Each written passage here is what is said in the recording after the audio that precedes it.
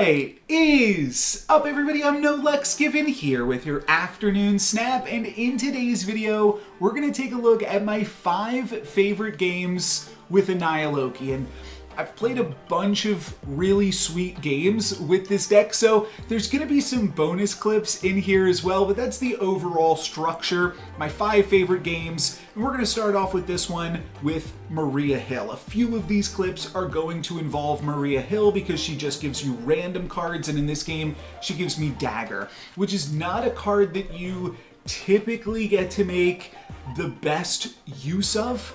It's not a super highly played card or a super high win rate card, but in this game, Dagger is going to get it done. So on turn 2, I think about playing Nico plus Snowguard.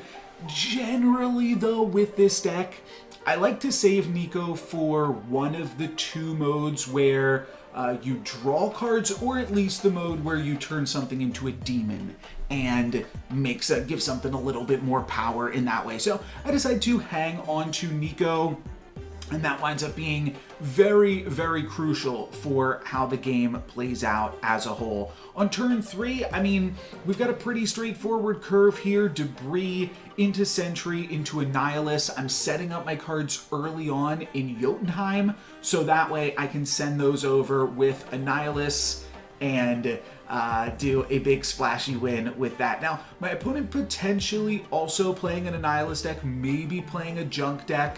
They're playing into Death's Domain to free up some room on their side of the board. Death's Domain going to be a pretty important location for this one. I'll throw the Widow's Bite. Actually, I decided to throw the Widow's Bite into Wakandan Embassy, I guess, just to set up for that big Annihilus.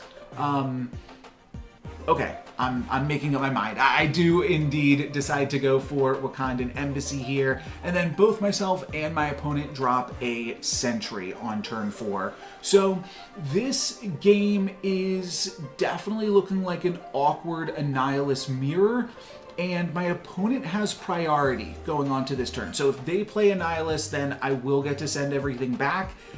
But here's where Annihilus mirrors are awkward, because if they don't play Annihilus, they just decide to play nothing this turn. Now they don't have any room to play anything on this final turn of the game other than into Death's Domain. So typically with Death's Domain, you would, especially if you don't have priority, play Snowguard Hawk into it on the final turn, or just play Snowguard Hawk in some capacity, but now I have priority, and I know my opponent is going to be playing to Death's Domain. So just Snowguard Hawk probably actually doesn't make the most sense, and actually the best line here is I have to reread Dagger to remember what it says, first of all, and then I realized that Nico is on the movement ability. So I'm going to move this around a little bit after realizing that I want to play around my opponent playing Snowguard Annihilus, and part of the way that I'm going to do that is by filling Wakandan Embassy for myself. And I realized that I can play Dagger on the left, have it move into the center, and then it won't matter if they play Annihilus in the center, I'll still have more power than them. They're planning on winning that location 0 to -3 because they're going to pass over the hood and the rocks. So all that I actually have to do is fill up enough locations so that way I don't get that much junk on my side of the board, and move over Dagger so that way I win Death's Domain, and that's going to work out perfectly here. As you can see, Dagger goes up to 12 power, which is very, very silly, and then Annihilus will still die to Death's Domain, and I will get that -3 power from Hood, but I won't die in the process. I'll still win the other 2 locations, is what I meant to say. So pretty sweet game with Dagger able to secure the victory. We're going to look at another Annihilus mirror while we are on the topic. When Annihilus first came out, there was just a lot of people playing it, which is part of the reason I was playing it, because Annihilus is also good against Annihilus. And in this game, I make a really cheeky play to fill both monster islands here with Viper moving Werewolf over, and then Snowguard Bear to generate an additional monster, and that monster is also going to keep Werewolf in that first location. And my opponent did not have room for the monster, so we're going to be able to take him in that location instead of taking on the negative power from their Annihilus. This is just a crazy game that really showcases the power of Loki. We can see that my opponent is probably playing a similar deck, Silk off Maria Hill, and then we both play Werewolf on turn 3, but I have the turn 4 Loki, and that's super important. I've got a pretty full hand thanks to Snowguard, and then bouncing that Snowguard with Falcon, that I'm going to be able to find another Loki off the Loki. And then I've also got Collector, so we're going to be able to make some pretty crazy stuff happen. And awkwardly, one thing that I did here, I wanted to move my Werewolf on that 4th turn of the game. I now only have 3 power in Kiln. And Silk is going to move into the Kiln at some point. So I've put myself in a really awkward position where I now have to win both of the other 2 locations, which is probably a pretty terrible position to have put myself. But we'll see what we can do here. I'm going to play a bunch of cards. I'm also going to fill White Hot Room, so I'm going to have a bunch of extra energy for the final turn of the game.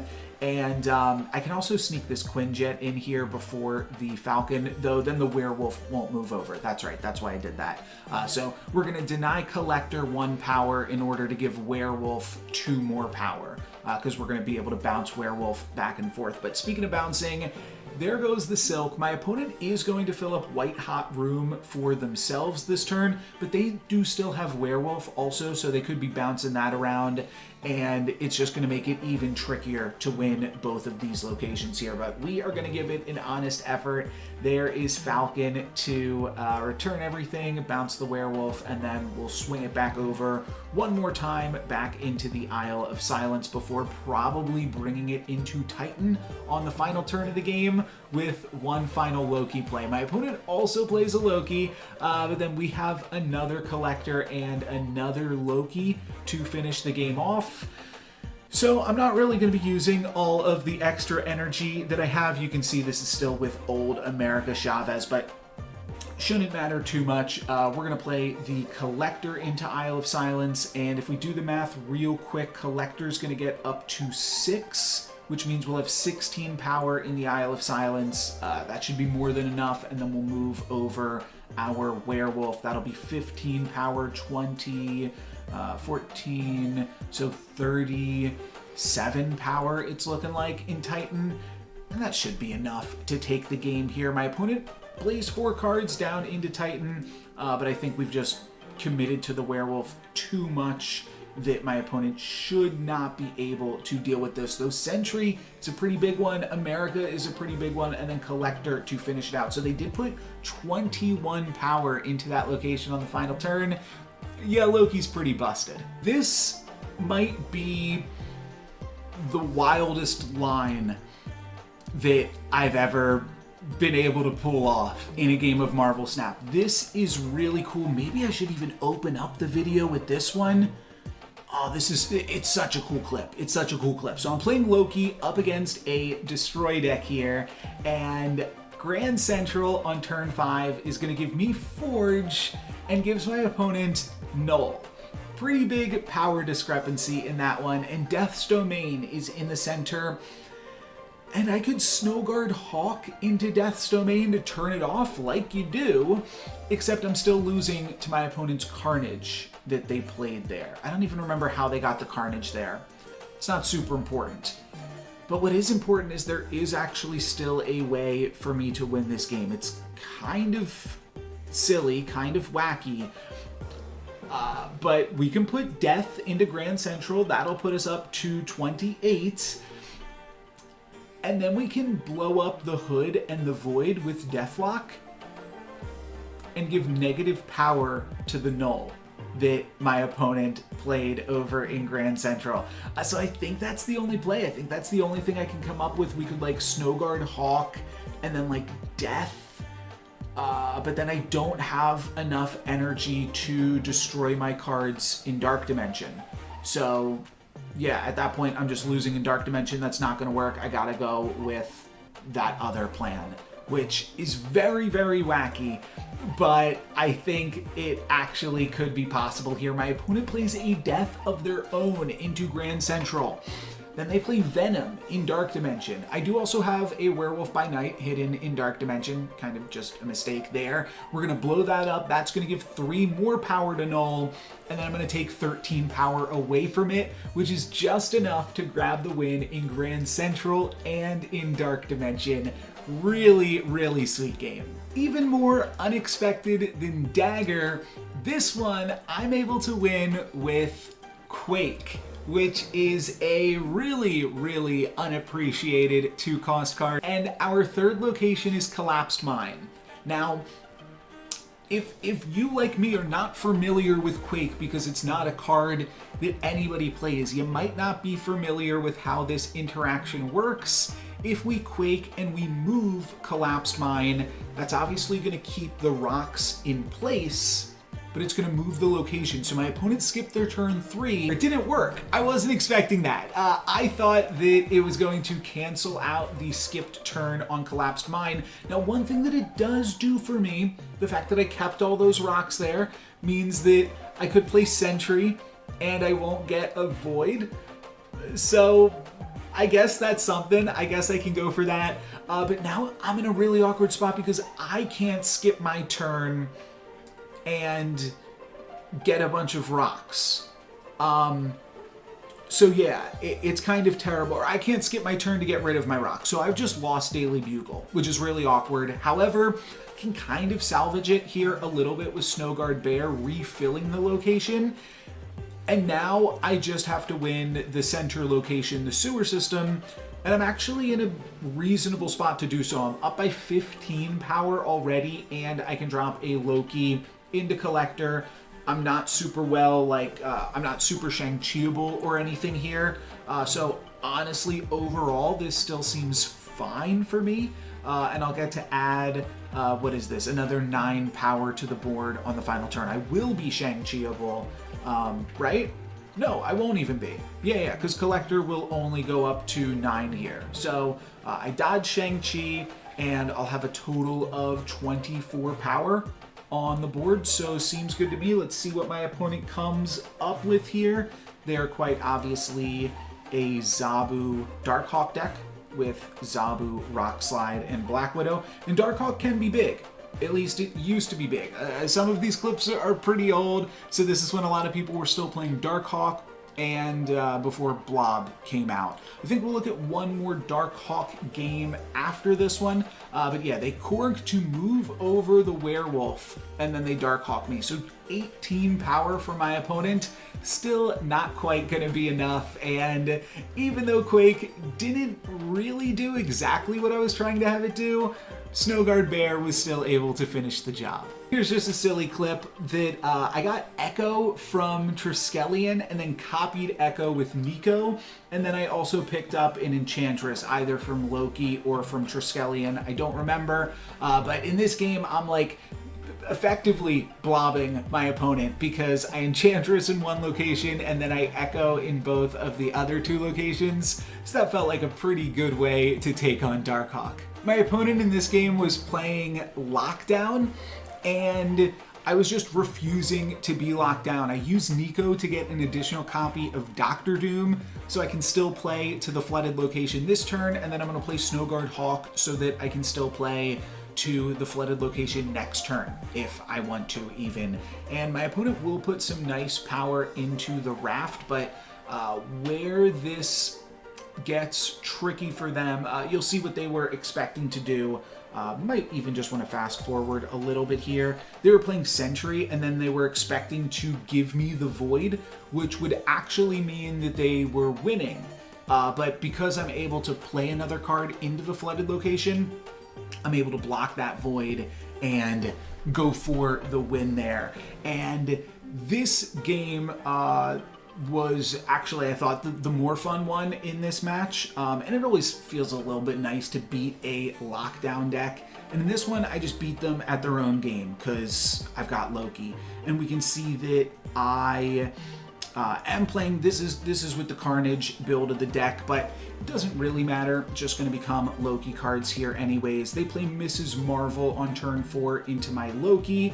And Lockdown always feels really interesting when you Loki them because you get really, really powerful cards from them. Valkyrie, Alioth, Jeff, all cheaper, just is like super, super unfair. Obviously, Loki's unfair. And that is what we're going to see happen in this one. My opponent just spends their entire turn 5 playing Professor X. We'll see that come down in a second into that center location, and they already have the other location flooded. This should just be like GG for them in most scenarios, but obviously we are doing pretty good here. Now, if because they have priority, it's also going to mean that my werewolf doesn't move over. And then, who was that a snap for? I feel like that was a snap for my opponent. Yeah, so they're snapping here. They're probably feeling pretty good about just Professor X center. And we're going to tie up this center location with this Valkyrie play. And now my opponent is in an impossible position because if they simply Jeff in the center location, they actually could, yeah, I mean, if they Jeff, they can't play like anything relevant into sewer system. They've already played Mrs. Marvel. I can play Jeff plus Mrs. Marvel. I could also play Jeff plus Alioth. This is probably a clip on, yeah, because nobody's playing Lockdown really anymore. So this is on old Alioth, where you could even play it second. But I realized if I just play Mrs. Marvel here, I win no matter what my opponent does. If they play Alioth, I'm still winning in sewer system, and then Jeff beats them center.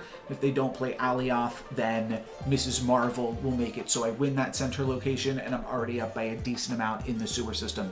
Notably, this is pre-blob. That's probably a little bit more important, but regardless, I'm able to grab the win. I also had 2 fun clips with Carnage still in the deck, so I figured I would showcase those as well here. Valley of the Hand was a pretty big part of the last video where it came up, I think, 2 or 3 times in one of my Conquest matches, and was just an awesome, awesome location for me.